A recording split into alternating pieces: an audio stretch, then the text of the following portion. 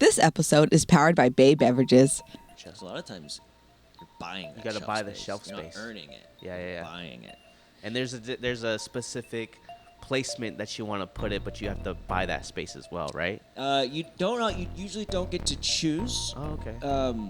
But you will have paid a broker who then gets you the meeting, and then you might get approved by the grocery buyer, and they say, "Congratulations, you're in." And then they go, and we have 200 stores. It's a $1,500 setup fee per store, and it's spread out across the country. You'll have to serve it from 7 different DCs, distribution centers, from this distributor, and they charge you $2,500 to open up those distribution centers. And then you have 5 SKUs that we approve, and it's going to be $500 per SKU per store. Mm-hmm. So all of a sudden you're looking at $100,000 or $250,000 to have gotten this opportunity. Yeah. And you haven't even put it on the shelf yet, and you certainly haven't sold it yet. Right. Or they demand free fills. So they're like, "Oh, you want it in our store? Sweet, stock it for free." All of them in the country. And then now you're looking at sending People. Truckloads of product out the door that you can't invoice and you're never going to get paid for.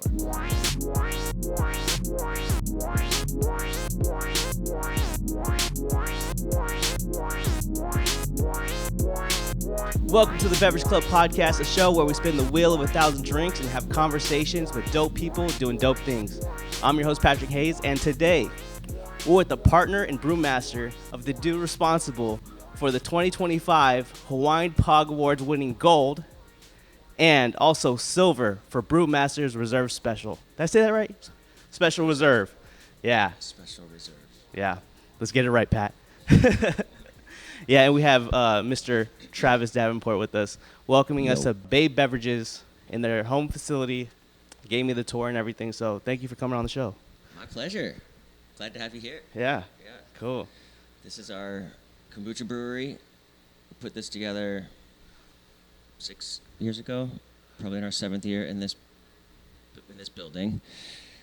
We started out at a little tiny spot in Linda Vista, which was by Ballast Point's home brew mart, the very original Ballast Point location. And it's funny now because you look off the loading dock and you see Ballast Point, the back of the big one there now, which isn't even theirs anymore. But it's a good place to be in Miramar, a lot of inspiration. We're surrounded by, AleSmith is right behind us. Mm-hmm. There's a bunch of legends of craft brewing around here, and I'm happy to be here. Yeah, that's what's up. You said we're surrounded by all the brewmasters of Miramar, right? Mm-hmm. We're also surrounded by a whole bunch of fermentation tanks right now. Yeah, exactly. We're in the fermentation room. Yeah, we call it the fermentation hall, the Ferm Hall. We had to adapt this strange build-out of this building to a brewery. It wasn't a brewery. It was a fish repacking. Like, these guys would repackage wholesale deliveries of fish for, like, deliveries to restaurants. Yeah. So that's why this is, like, a cold box. Mm-hmm. Like, this was a fridge. That was a fridge. Over half of the square footage of this building was cold box because they were doing all the work in cold. Okay. Which is great because that's so expensive when you build out a brewery. The most important thing though is you see how the floors slope to the drains, like, so you drain. That's key. Yeah. You don't want to flood. The number of brewers who know about squeegeeing flat floors is just a nightmare. So it was a imperfect place, but it had a lot of really key elements that my partner Vinny and I were like, all right, yeah, this is going to be the spot for us. And so we adapted. We put our brew house in that big cold box, and this long hall of a cold box became the fermentation hall. And we have it packed to the gills with fermenters. There's definitely a better design or concept for airflow for aerobic fermentation like kombucha is. We have to do a lot of work to keep the air flowing and exchanging through here because it's such a tight space. But it works, and it's nice because being so small and compact, we can keep it clean. Yeah. That's exactly what you said with airflow. We did have to turn the air off here. So as Travis was telling me earlier, the CO2 levels will rise. So we'll see how the podcast, continues on as Yeah. If we're we in pass here. out. Yeah. Somebody come get us. Yeah, man. So, what's the day in the life of a brewmaster, someone that makes the kombucha? So, kombucha's any fermentation is a craft because it takes time, and that's contrast to a soda or a tea or an energy drink where they're all, I just call it like mixing Kool-Aid. Okay. You can mix Kool-Aid and pack it within the same day. If you're doing a live culture or an active fermentation, it takes time because you have real cool molecular chemistry science going on inside the tanks. And so there's a lot of downtime when you're waiting. Depends on the season. It's slow for cold drinks, certainly for kombucha in the winter. It definitely picks up in the summer. It definitely picks up when we have big orders from big retailers. Like we're slammed putting together 3 truckloads to go out the door on Monday and Tuesday, and now we kind of get to sit back and take a breath. But hopefully it's stays busy, rolls into the spring and the summer, and we're slammed. That is that being said, that's for the kombucha side of our business. Okay. We started out as a kombucha brewery. My partners are all from the south of Brazil, and the yerba mate culture was a big part of where they're from, their lives. They brought it into my life. And when we started to see there was room in the market for another or more yerba mate in a RTD, ready-to-drink package, we jumped at it because we knew how to make great drinks, and we knew that we had yerba mate culture as a part of our culture, and it was natural for us to develop this line on the top here. These are our flagship kombuchas. These are our yerba mates, and because kombucha is famously a live beverage. It's like a living organism. Living culture. That's all the good gut biome stuff that needs to be alive. Don't kill it. Don't pasteurize it. Pasteurized kombucha is arguably dead kombucha, so we definitely don't pasteurize here. However, making something more in the Kool-Aid form of production, we produce this at a different factory that has a big tunnel pasteurizer, so this can be a shelf-stable product. So this is alive. It stays in cold chain, we call it. It has to be chilled, kept refrigerated, transported, distributed, refrigerated. It's a huge pain in the neck. I don't recommend anybody get into a cold chain beverage business. Whereas this is shelf-stable, so they can just sit palletized in hot warehouses. Okay. And get distributed. We call it dry, actually. If it's not cold, it's called dry, even though it's wet. But and then the nice thing about that too is that buyers can buy as much as they can stack in the corner versus have fridge space for. Yeah. So day in the life here, this facility is us keeping our kombucha culture alive and healthy, and turning it into packageable versions of our flagship cans and kegs. We do a lot of keg business. We do a lot of keg distribution through our homie Jared at Keg Joy up in Vista, where you can get cold brew, kombucha, all kinds of things for your at-home or at-office kegerators. Keg Joy's been a really great partner, and we're still serving. Most of our keg business goes out through him. And then the other bit of it is we do a lot of farmers markets, and we pour kombucha on tap at farmers markets. Okay. So we're canning and kegging kombucha in here, and that is, turning it into passion fruit orange guava or mango ginger or strawberry coconut or blueberry acai or watermelon. But before we do that step of the craft, we have done a whole lot of just taking care of and maintaining a healthy culture of kombucha.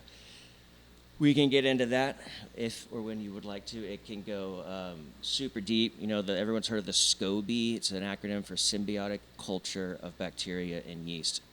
Keeping that symbiosis of the bacteria and yeast, especially at scale over time, is a real challenge. and I've had the privilege and the excitement to get to go really deep as a food science nerd on how to do that. I also spend a lot of time managing, overseeing procurement of ingredients for both kombucha and yerba mate.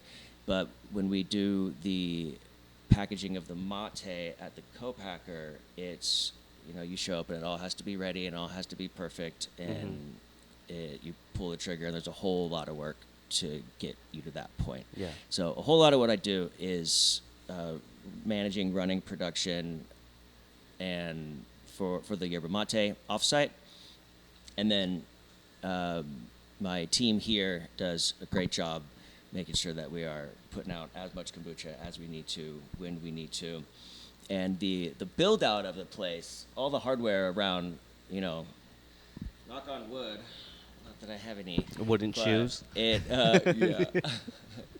it keeps working.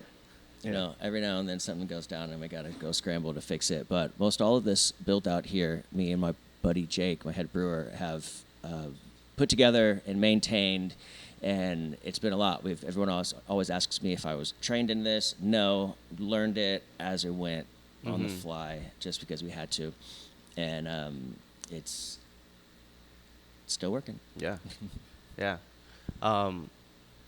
What goes into the process of trying to get the flavor? Like, how do you choose your flavor? What comes next, and then what comes first? Are you going for taste, smell, look? The best creations have, what is it? Necessity is the mother of creation, something like that. One of my favorite examples of this is we get strawberry puree fresh from Steely Farms out in Valley Center. They've been providing us with fresh produce from the beginning. And we'll get pails full of strawberry puree when we want to make our Maui Wowie. And a pail of strawberry puree looks a whole lot like a pail of blood orange juice. Okay. And so every so often, in our pallet full of strawberry puree pails, we end up with a bucket of blood orange juice. Whoa. I don't know if y'all felt that at home. There was just an earthquake in San Diego. I'm glad we're all right. Oh my God. Yeah, we'll have a whole pallet full of pails of strawberry puree, and that's blood orange juice. And the first time it happened, I was working with dry hopping kombucha and ended up making a stellar dry hopped blood orange kombucha. Not because I planned on it or intended it or thought it would be good, but just because I had it sitting around. It's kind of like whenever you don't know what to do for dinner, you don't have anything to cook for dinner, but you open the fridge and you have to pull it off, and you grab what you can and what you have, and you throw it together. And that's maybe where kind of intuition, talent kind of comes into it, is, a chef understands the different categories of flavor and texture and what categorically kind of goes together.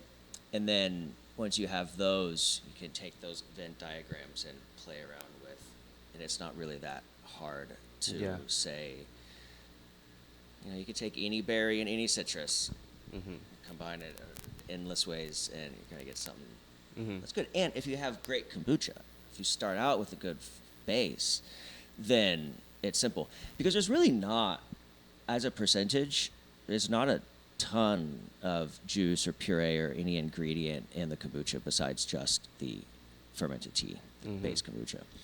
And it's also not always the same base kombucha. We'll work with oolong or white teas. I love making kombucha with pu'er. Pu'er is a super dark, old school traditional Chinese black tea where they traditionally would compress the tea leaves and bind them and wrap them in paper and stick them in a cave, and they would actually do a fermentation within themselves. And it became really like renowned in Chinese medicine for helping with upset stomach, and all kinds of things with your stomach. Which is funny because if you drink like green tea on an empty stomach, it can make you feel nauseous. Oh, it can. But Oh. pu'er tea, Opposite. the opposite.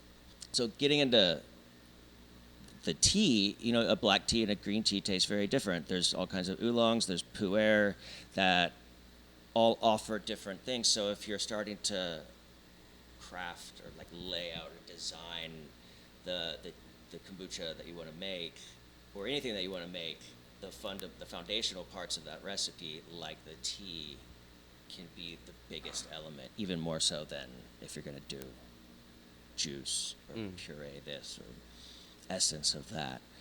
So it's a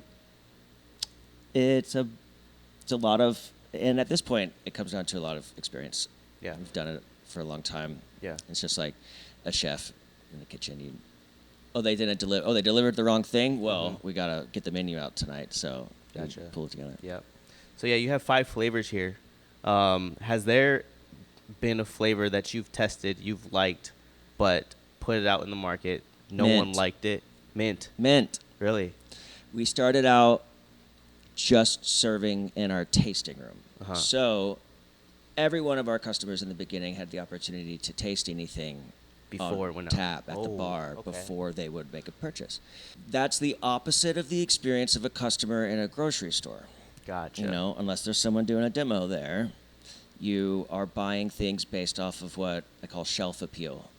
And you just might, you get a fraction of a second of a customer's eyeballs walking by a shelf in a grocery store to make that impression.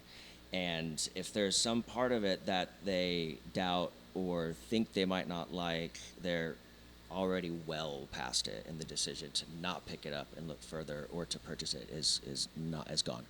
So mint, we tried to turn our Moroccan mint kombucha into a pineapple mint, and I still get grief from customers about, where's Moroccan mint, where's Beach Vibes, and the shelf appeal's not there. No matter what we did, no matter how good we knew it was, and no matter how well it sold after someone tasted it, it dragged and never sold very well, until the point where we were like, all right, and we finally last year we officially discontinued the pineapple mint. Oh, dang. There's a pineapple mint yerba mate. Okay. However, the market leader, the Goyaki brand, the yellow cans that really brought this canned yerba mate to market in the States, their best selling is their Enlightenment. And so I think that's the only reason why the yerba mate customer gives mint the opportunity that a normal customer for another beverage doesn't, because it's almost synonymous to so many of them. And the potential client for our yerba mate line, there's a very high likelihood that they have encountered those yellow cans. High probability it's been the Enlightenment flavor of it. And then they're just stoked that, here's a great yerba mate with mint, with 150 milligrams of caffeine, but 40% less sugar. Boom. And it's working there. It's working there, whereas it didn't. That's interesting. Something else didn't work. Durian. Was it a smell factor? It's everything about durian. Really? Durian's famously disgusting. People famously love it. I think half of them are just faking it. I really tried. Really? I really tried. It was rancid. You can't. Absolutely not. I've never opened a durian again for the rest of my life. I remember I was living in the Philippines for a few weeks one time traveling, and you see signs at the hotel rooms that say, "No durian in this hotel. You cannot open durian in your hotel room." Yeah. Because it's Heavy. unbearable. It smells. And I was so excited when I found it at the Kmart grocery store in Kearney Mesa, and I was so excited to try it. And I get here and I start opening them up, and it didn't. He even fermented it. It only made it worse. Oh no. So, Did it linger, or did it go away after you fermented it and Oh, it got worse. Ah. It just got worse. Ah. And then it went down the drain. Nah. Yeah. Dang. Because I can grit my teeth and bear a lot of funky stuff, a lot of weird flavors, especially if I made it and I'm biased and I have this drive or my pride wants it to be good. I could, but not even close. With the Durian. What's up, Beverage Club? Have you ever tried kombucha or yerba mate by Babe Beverages? Every drink has real fruits, organic ingredients, and is locally farmed. Kombucha got your gut right, and yerba mate got your mind locked in. Babe Beverages, you know the vibe. Try it today. I came from a passion for food and for cooking, and so I kind of think I already had a knack for just flavor profile combo, and you got to pull out some really weird stuff like Durian to find things that don't work. You know, we do a lot of at Babe. We really make sure it wasn't intentional in the beginning, but all of the flavors that I ended up crafting and then putting out and that became our flagships were combinations of things, whereas a lot of other brands might have their SKU or their flavor be a single ingredient. Ours have always been combinations of things. And so at first that is an opportunity, but it's also limiting. You know, there's certain things you're not going to put together, and there's certain categories of things, like I mentioned earlier, that you could put together and you can make work. So I can't think of anything else that's just fallen flat now. Do you think it's a difference between the tap and the can? Ooh. So, yes and no. Depends which one I'm trying to sell. People will... I had a buddy that had a kombucha business where he didn't make kombucha. He just sold kombucha at farmers markets. And he only sold kombucha on tap. And so that guy could tell you why kombucha was better on tap. Okay. I could show you the tanks. Jake's in there right now kegging the Hawaiian Pog kombucha that we canned yesterday. Same kombucha, same batch, same everything. A keg is just a 20-liter can. There's really no difference. There is something nice, and this is true. Whenever I'm explaining to people at a farmer's market and they're asking if they should buy a 4 or a 6 or a pack of cans or if they should take a growler, I tell them it really is all the same. What it comes down to is it's really nice to pour a pint cold into a glass and have it at home. But it's not nice to do that if you got to run out the door and get in your car. That's where a can is key. So they are the same, and there's a few perks in each direction. But quality, no, it's experience. It's not quality of the product; it's the experience. And I think that's true of beer too. It's just that because how nice is it to share a pint at a tasting room with your friends, and that affects the experience and the memory that you create there. And that affects that memory a whole lot more than what was in the glass or what was in the can. Yeah. You know? So let's go back to the cans real quick. We talked about cans or flavors that didn't go, and there's flavors that have, right? You just recently released the newest one, which is Dragon Fruit Passion Fruit? Yes. And that's this one right here? Yes. Okay. Passion fruit works. The World Kombucha Awards has been going on for a long time, and I make these like traditional single tea, really kombucha nerds kombucha, and they're in Belgian beer bottles. They're bottle conditioned, they're aged, and I wanted to send those because I was super proud of those. And at the last minute, I grabbed my Hawaiian Pog kombucha because it's our bestseller. It's stellar. And I threw it in and entered it as well. And it won the gold medal in the mixed fruit category for best taste. I'm super proud of that. I think passion fruit and guava, especially on the West Coast, are real obvious winners. Mm-hmm. I know in San Diego, we all kind of have a bit more of an understanding of POG, as in the Hawaiian POG juice, passion fruit, orange, and guava. So it's more familiar. It really works. It's been our best seller here. I don't know if those such tropical fruits carry the same weight out east, but it was a no-brainer when we were further developing the no added sugar side of our yerba mate line to pull, like, oh, we gotta have passion fruit. Yeah. It's too easy. It's too good. It's really available. It's really, it's expensive, but it's certainly available, and it's easy to work with because it's so powerful. A tiny bit of it, and you could put 2 or 4% of pure passion fruit juice in something, and it's passion fruit version of whatever it is. So and then dragon fruit is beautiful. Yeah. Pitaya is beautiful, and passion fruit, dragon fruit, passion dragon. It was just like, a lot of the times you also have to really consider when you're crafting something new what it's gonna go by, Right. what you call it. If you have a whole jumble or mouthful of words that don't sound like it, if you can't think about how you're going to print it on the label, then don't go there. But passion fruit, dragon fruit, those are winners. The other one, the peach mango, which is my favorite. just peach and mango. They're both purees. They're both smooth. There's almost like a creaminess to this one that you get paired with the yerba mate that you don't hear because the citrus of passion fruit, passion fruit and pineapple, they're not citrus fruits, but they are so high in citric acid, they have that tang acidity.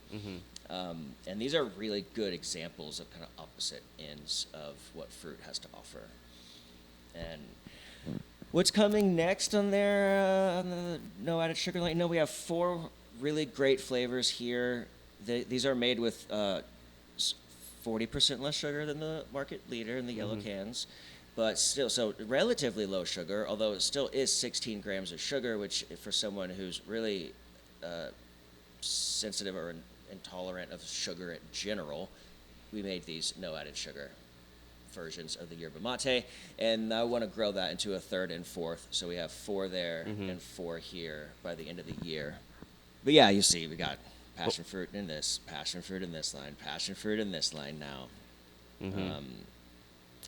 Strawberry coconut Maui Wowie is my favorite. My kombuchas, so naturally, there's strawberry coconut kombucha and yerba, blueberry acai kombucha and yerba, pineapple mint kombucha, rest in peace, and pineapple mint yerba, and the POG kombucha and the POG yerba.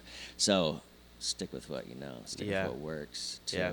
I wouldn't be surprised if we're going to see a berry over here. Okay, for sure. A strawberry, probably. Although the prices of strawberry have just gone through the roof. It's insane. You might need to stay away from strawberry just for that reason. I watched the price of strawberries in the last 18 months triple. Oh, wow. Yeah. A lot of this stuff, peach and mango, all come from Peru. Passion fruit, a lot from Vietnam.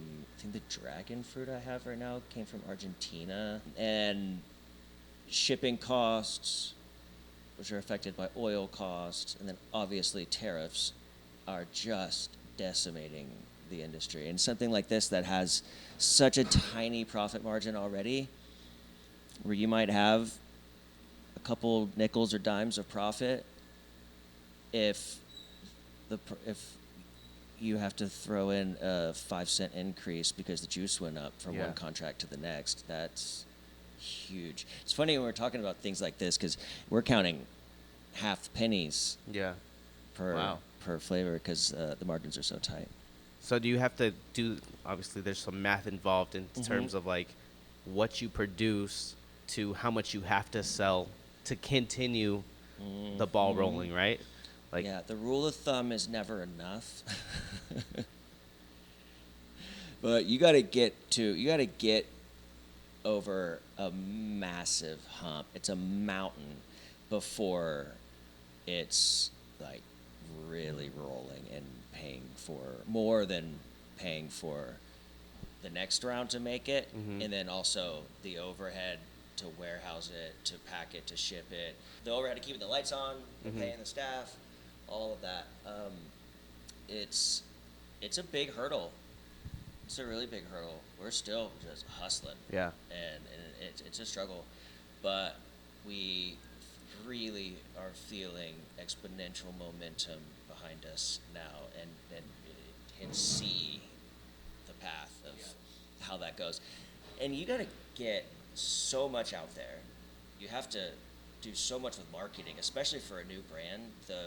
If your marketing budget is as big as your production budget, then it might have the greatest thing in the world, and no one's ever going to get it in their hands. Because they don't know about it.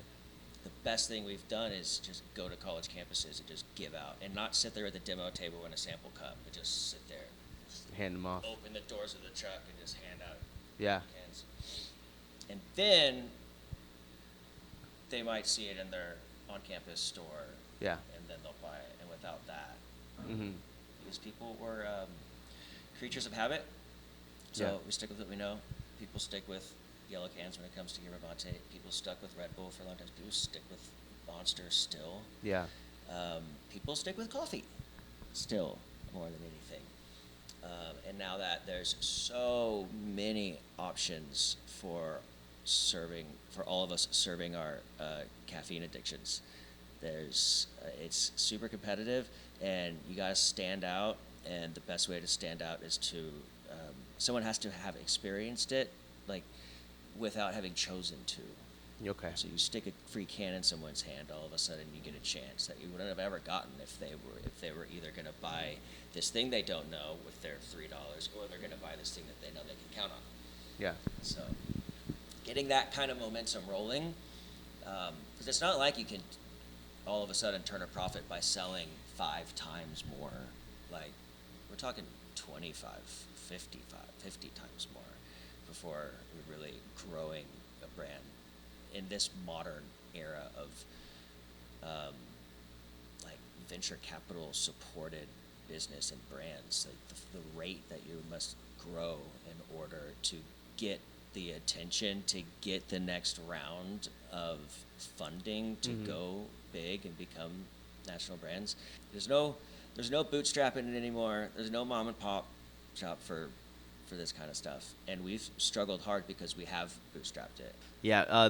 So for the last 6-7 years, or the inception of Babe Kombucha, was there ever a year that you're like, it's not gonna work, but then you just each one, and you just keep on pushing. So what drives you to keep on pushing? We did have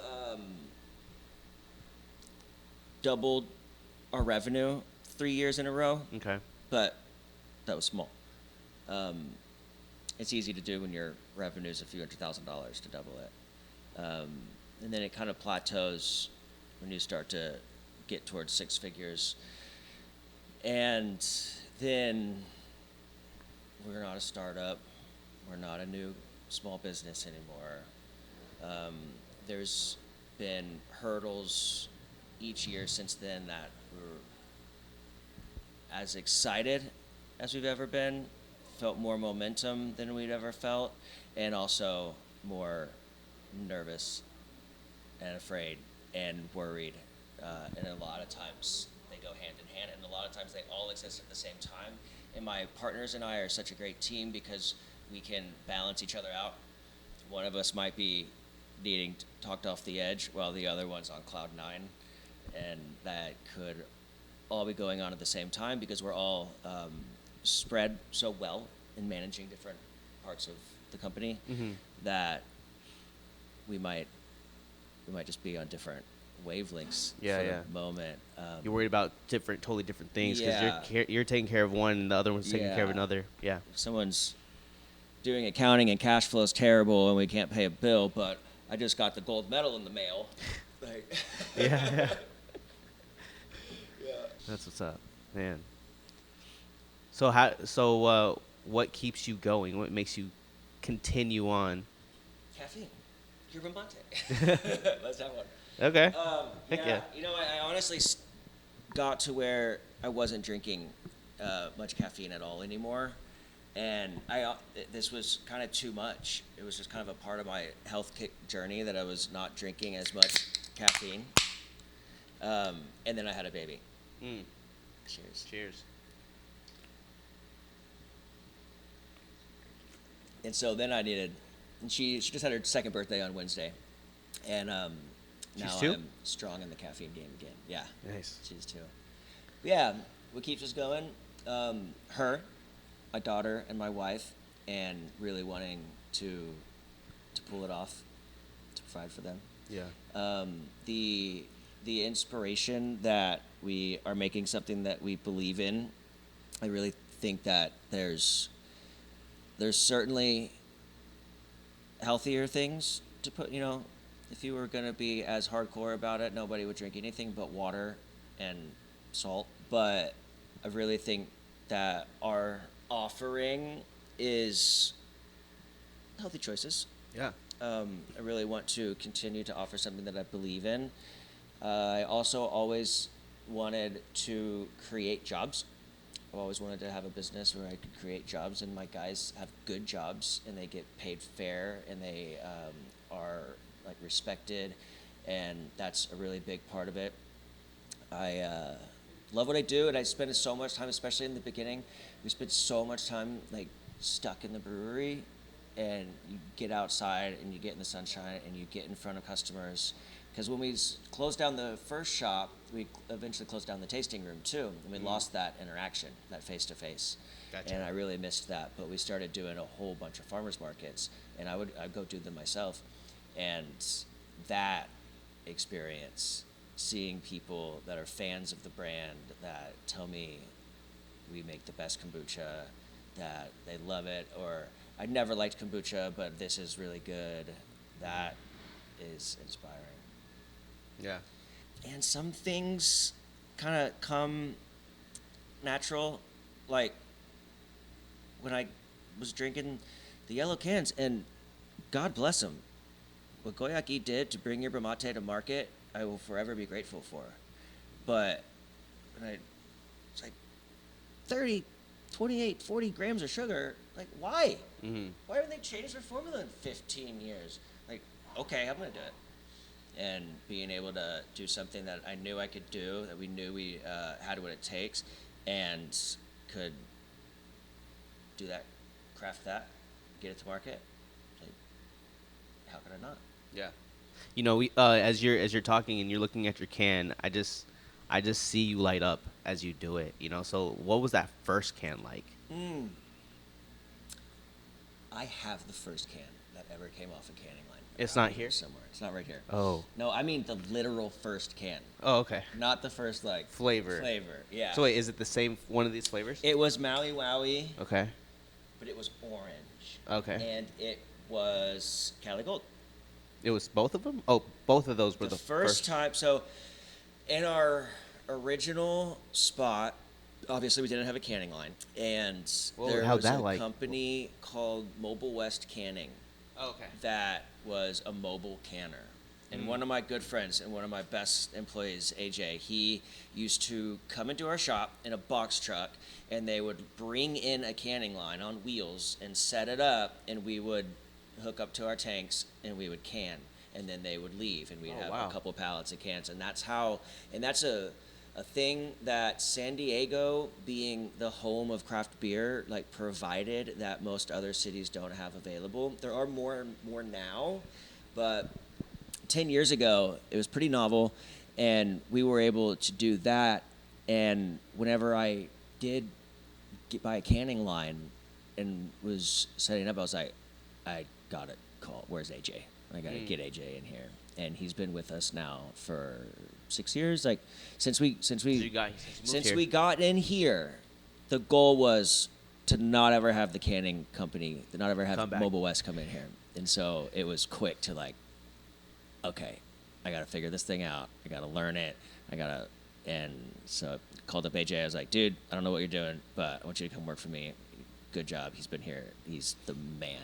He runs the whole side of production, finished side of it, yeah. Putting it in the can, closing the can, keeping the can line running, and then like warehouse filling invoices, turning purchase orders into like invoices off the dock. Yeah. Whereas my buddy Jake helps me on the raw material to the canning line side.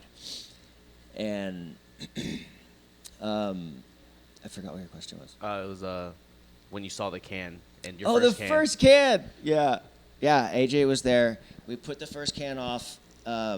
It was 2 flavors. Was it mint? I think it might have been pineapple mint. Because it was so good. I think it was strawberry and mint. And they had different. I mean, we've always had this basic design, and you'll see there's subtle differences in the layout. This is the older one. This one's the middle one. This is the most current one, because if you imagine, if you're in a grocery store, there's a little lip on the shelf like that. Yeah. And so you're covering up a lot of what's on the bottom. So that older one, Oh, wow. you know, the description of what the product is doesn't get seen. Okay. So we've learned over time, Product you placement gotta or plan on that kind of stuff. design placement, stuff like that. Yeah. Ooh. Yeah, the first cans, it was really cool. And I grabbed the 2 of them. I taped them together, and they're floating around here somewhere. And that was pre-COVID. That was the thing. We were really lucky that we started canning with Mobile West a year before COVID hit. Uh-huh.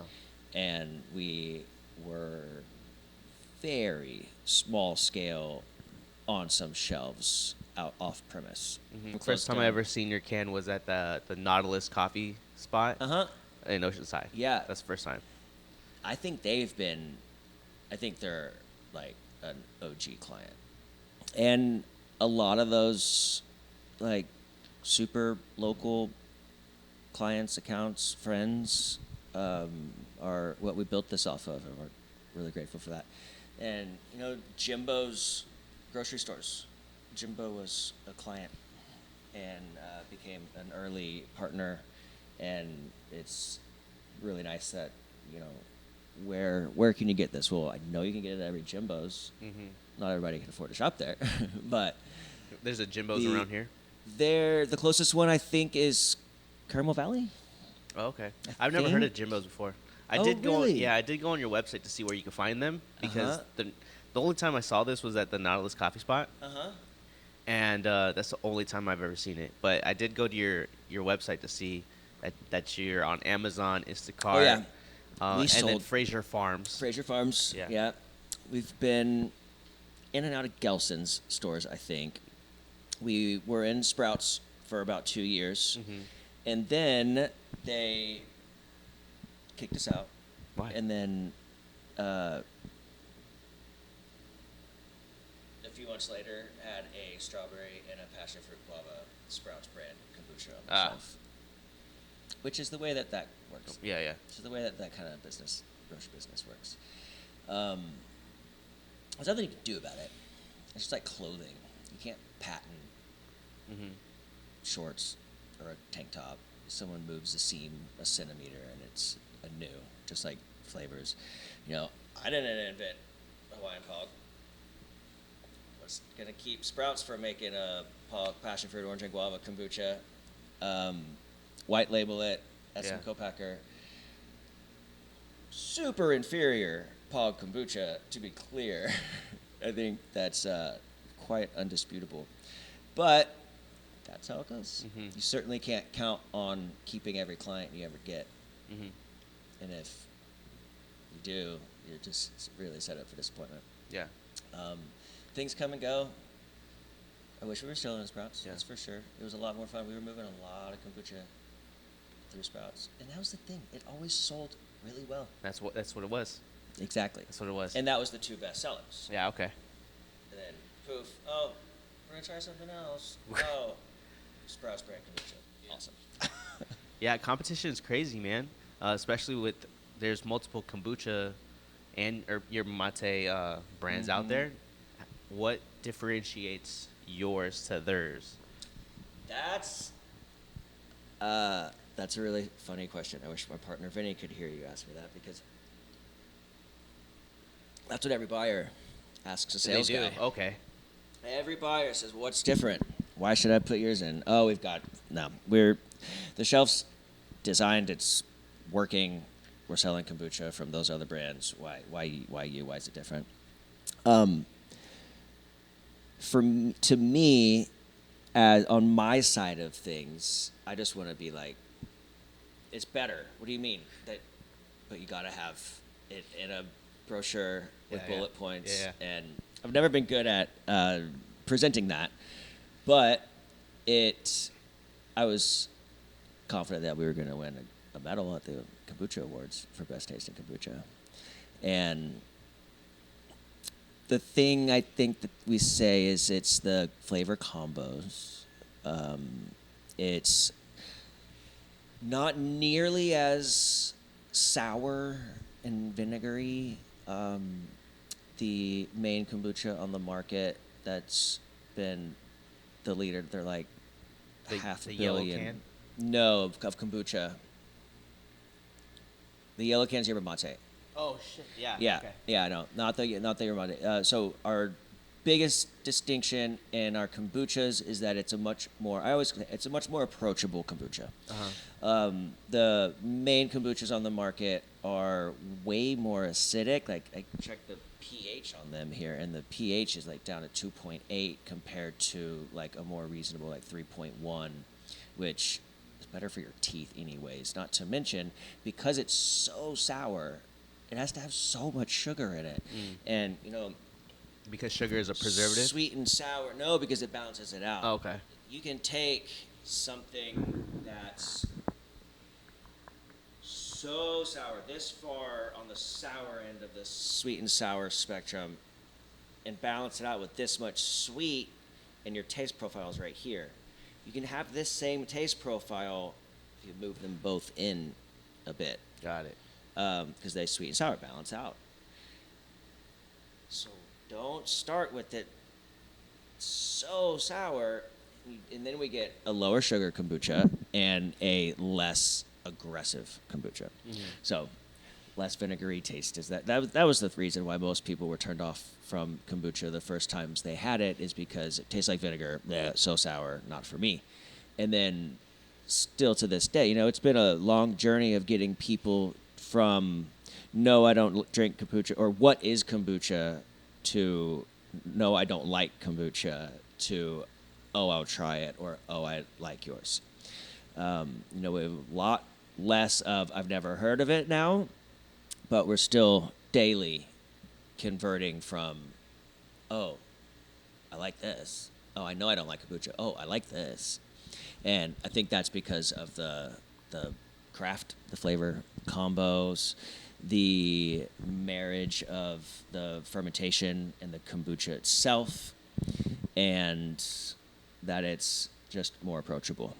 And it's still, and the whole thing about live probiotics and cleansing digestive acids and a live or added probiotic, that whole thing probably shouldn't even get into, but we make a traditionally fermented live kombucha, and it has the reasons that people think that they believe they do want kombucha in their diet for a supplement sake, for gut health sake. There is truth to that, and it's you can't beat, just like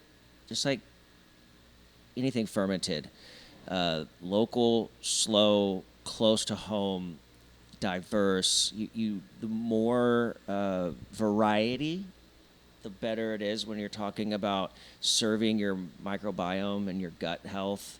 You want diversity and regularity. You can't have a kombucha a week or a kefir a week or eat a serving of kimchi every other week and think that you're really doing the job.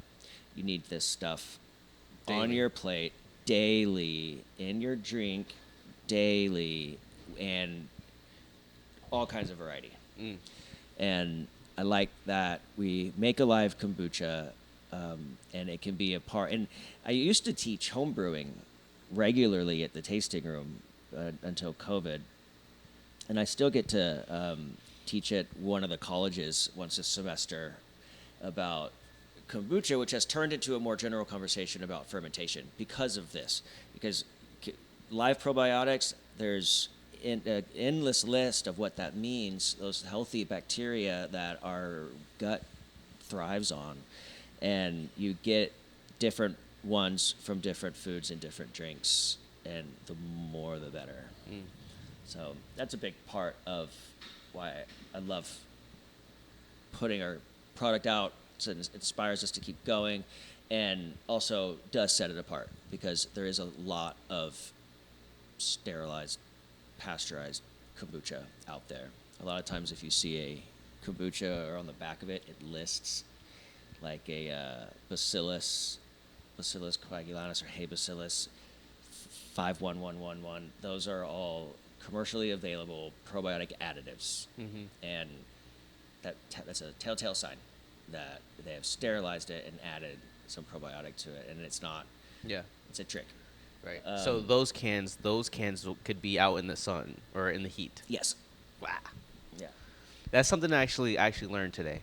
Because if I was to get this and I bring it, I would need to bring it cold. So you don't have to be crazy about it. I tell people at the farmer's market all the time, like, wait, you're going to get home today, right? Yeah, don't worry about it. You get it in the fridge today. Honestly, you get it in the fridge in a few days, it's going to be fine. What happens is when it's cold, just like fermenting anything, when you drop the temperature, the yeast go to sleep, and they don't really wake up until yeast or bacteria that do fermentations. They like incubation temperatures, like above 70 to 100 Fahrenheit, and things warm up, and they kind of stretch their legs, and they look around and think, is there any food in here? And then they might get to work doing what they do, whether that's converting alcohol into acid or converting sugar into alcohol. But anytime something is making alcohol, there's no yeast fermentation that only makes alcohol. It always makes alcohol and CO2. And so if it's a closed container, and that's the famous exploding kombucha jar at home, is it pressurizes more than the jar can hold it. Yeah. When I was just dating my wife, I had made a bed in our skater bachelor pad house out of a warehouse shelving unit. And so I had stuff stored underneath me. I had a mattress on the middle shelf, and I had a shelf on the top. And I had cases and cases of long neck beer bottles that were aging, secondary fermenting, bottle conditioning up there. And there was twice that I was in bed with Jen, and we woke up in the middle of the night to explosion. Oh no! It wasn't just one thing explosion. But that can take, depending on how much residual fermentable, how much sugar is available to it, that can take between 40 hours and 3 weeks. That's why it's hard to tell people a formula whenever you're teaching them about home brewing, and especially about the bottle conditioning side of it, is that I can't tell you how long it's going to take, because I don't know how much sugar you left in there or how much yeast is left in there. So we have this down. Okay. And no, I can leave these out for a week, and they're not going to explode. They'll wake up. They'll change a bit, but no one has to worry about a few days. I have had periods in my journey as a commercial kombucha brewer where we had recalled pallets of whole shelffuls across whole store lines that we had exploding cans. Wow. Because I mentioned earlier, the complexity of keeping the symbiosis of the bacteria in the yeast is real science. And if you overlook it, or if you don't give it enough attention, it is alive. It'll go and do it at once, and that might end up with crazy high yeast cell counts that you aren't familiar with. Nothing changes. Nothing stays the same. And so season to season, year to year, you can end up thinking you're doing the same thing and end up getting different results. So we've been there. We've definitely been there too. And the fixes and the workarounds are really what has, in a lot of ways, kind of defined our journey of making commercial kombucha. And it would for anybody making commercial kombucha, because it is complex and it can get really challenging, which is a lot of fun. Yeah. I love a challenge. I've learned a lot. Learned a lot of things I wish I never knew. But I'm really a nerd at heart, and I really do love it. Yeah. No, I see that. I see that you have this. I'm excited to see what the next 2 versions. I know you said there's going to be a berry, and then there'll be another version in the skinny can. I'm thinking pomegranate tangerine. Oh. Could be, but it's too much. That's the other thing. It's It's the first thing it's that just the color. colors. Yeah. Just the colors. Like, forget what tastes good. Forget what prints reads good. Yeah. Like, you just gotta. You only have so many colors. Yeah. In a color palette. So that's been a challenge too. See, pink, red, whatever all that is. It's all the same. It's like you basic have to color. have a green and a blue for the Mhm. no added sugar Yep. section. Yeah. Yeah, that's what I want to do. Blackberry lemonade and make it a deep blue. Isn't it funny that blackberries are not black, and blueberries are purple, and Yeah, especially when you blend them. they're not Yep. what? Yeah. There's no blueberry. Yeah. Blackberry is darker than Mhm. blueberry, but You know how you said you said tangerine, what was it? Tangerine orange? pomegranate tangerine. It's funny how like sometimes we limit ourselves to like what we can produce because of a color scheme. Mm-hmm. You know? Is there any way that you want to like steer away from the color scheme and make it into like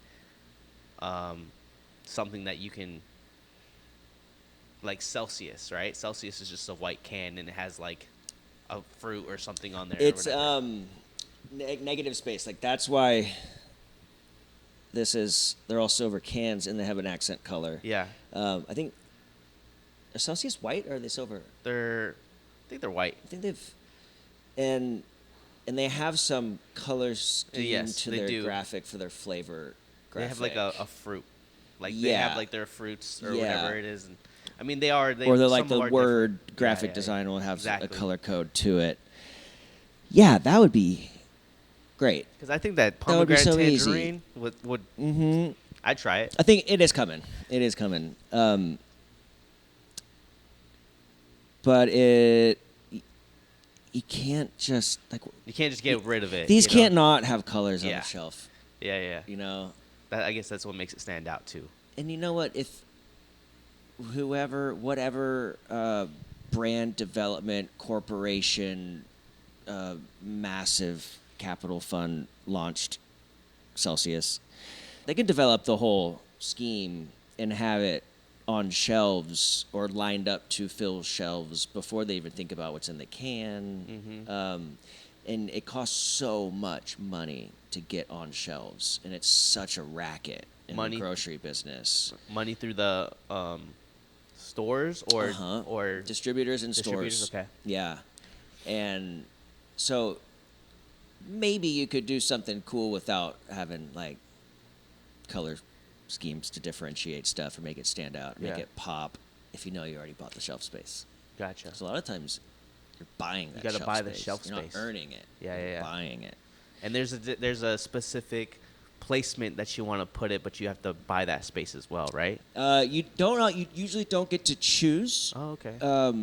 But you will have paid a broker who then gets you the meeting, and then you might get approved by the grocery buyer, and they say, congratulations, you're in. And especially a small brand like us thinks, oh my God, this is it. And then they go, and we have 200 stores, and it's a $1,500 setup fee per store, and it's spread out across the country at 7. That you'll have to serve it from 7 different DCs, distribution centers from this distributor, and they charge you $2,500 to open up those distribution centers. And then you have 5 SKUs that we approve, and it's going to be $500 per SKU per store. And so all of a sudden you're looking at $100,000 or $250,000 to have gotten this opportunity. Yeah. And you haven't even put it on the shelf yet, and you certainly haven't sold it yet. Right. And those are slotting fees, they're called. Or they demand free fills. And so they're like, oh, you want it in our store? Sweet, stock it for free. All of them in the country. And then now you're looking at sending People. truckloads of product out the door that you can't invoice and you're never going to get paid for. Wow. Because the guy on our end of this business, where we sit, is definitely the one that takes the hit. Like, the distributor charges backs, takes things off your invoice. The grocery buyer knows that you're so desperate and vulnerable that he's going to take your free stuff or charge you insane things. And then you end up going, well, why aren't we making any money? Yeah. We're selling a lot of stuff. We're not Yeah. making any money. And the strange thing about the business, too, is that you don't necessarily need to be making profit. A lot of times companies just want to see that you're Moving doing numbers. Gotcha. And then it gets into the venture capital where they can grow this brand and flip it. And that's what I was talking about, the getting the momentum. Yeah. You know, you can't just double your sales. You have to 50x your sales, because if you want to all of a sudden not just be, and you see, like, there's a Boar's Head warehouse across the street from our shop. That sells meat, right? Sells meat. Yeah, Boar's Head, like the deli meat. Yeah. And they have a whole fleet of brand new, beautiful refrigerated box trucks. And we're always struggling to keep one reefer unit working on one outdated box truck that the state of California is telling us we have to get rid of because it's too old or something. Yeah, and, yeah. and so I drive by that every day and I think, like, man, it's hard to wrap your head around getting to where you're not just keeping your one truck at the mechanic as needed, but you got a whole fleet of them. Yeah. And that'd be more than 50x of our revenue this year too already. So, but it's exciting, and we're going for it. That's for sure. We're definitely going for it. We see it. I see it on the horizon. Horizon, is always away, but we're still pursuing it. And I think that we definitely could not have gotten there with kombucha by itself. Absolutely not. Kombucha, we are well past the peak of kombucha as the trendy thing that it was 10 years ago or less. But the yerba mate is definitely hot right now, and it's different because it's caffeine. Number one drug. Yeah.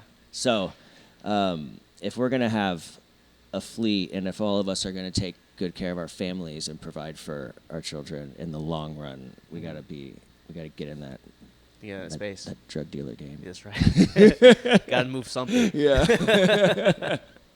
For sure. Yeah, man. Again, thank you for bringing me here and giving me the tour, showing me, giving me some science knowledge, making me a little bit smarter. We could do a whole another one and go get real nerdy one day if you want to. No, I'm so down for it, 100%. Is there anything else that you're excited for the future that anyone should know about? What's coming up? We're still hitting one Costco in San Diego and one Costco in the LA region, which the LA Costco region spreads all the way up to SLO. Past Santa Barbara. All the way up there. Yeah. So we're at SLO, a couple of Santa Barbara area, and if you keep an eye on our Instagram, we might be at your local Costco this weekend, next month, and we're doing the road shows, selling our yerba mate. I'm working on developing. Right now this comes in the cardboard tray with the plastic wrap around it that you saw at Costco. That's not retail packaging. That's wholesale packaging. We're working on a really actually beautiful box that will get packed with a variety of the flavors.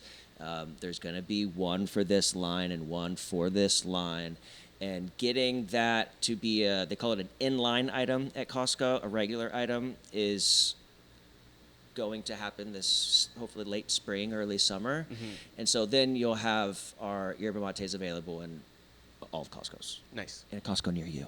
Heck yeah. But you can still catch us and come chat and taste and sample and take a mixed case, however you'd like it. We're mix and matching things in real time at Costco's right now.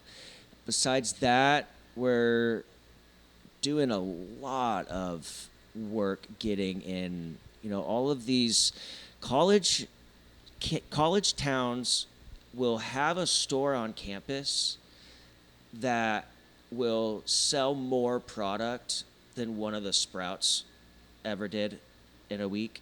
And so while it was pretty heartbreaking to lose that after we worked so hard to get it and did such a good job serving it, we stepped back and we realized, dude, if we just go put our energy into some of these college campuses, on-campus stores, just campus adjacent retailers that forget those little grocery stores that move a few cans a day. Like, we could move cases a day at these. So a lot of these on-campus places are really exciting.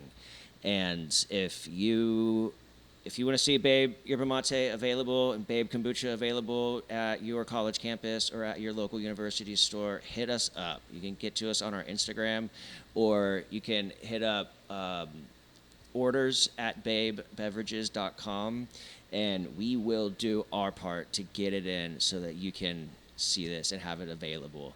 It is a stellar new product. It's a healthier option than what's there right now, and we got a really cool thing going. And obviously we're selling a ton of stuff on Amazon, but screw Amazon. Go to our website. Go to any real person, real business, small business. If you can get it on Amazon, turn around and go to their website and buy it from them. We make practically nothing selling stuff on Amazon, and we make the highest profit margin we ever will selling on our own website, and that really, really buoys the brand and the bank account. So babebeverages.com. Babebeverages.com. That's it. Yeah. All right, cool. Well, this has been a pleasure, and I'm excited for the next one. Honestly, more science. Absolutely. More science. Let's do it. Yeah. All right. Thank you for tuning into the Beverage Club Podcast. Remember, every day we drink something. Oh yeah, man! I hope the wheel landed on kombucha today.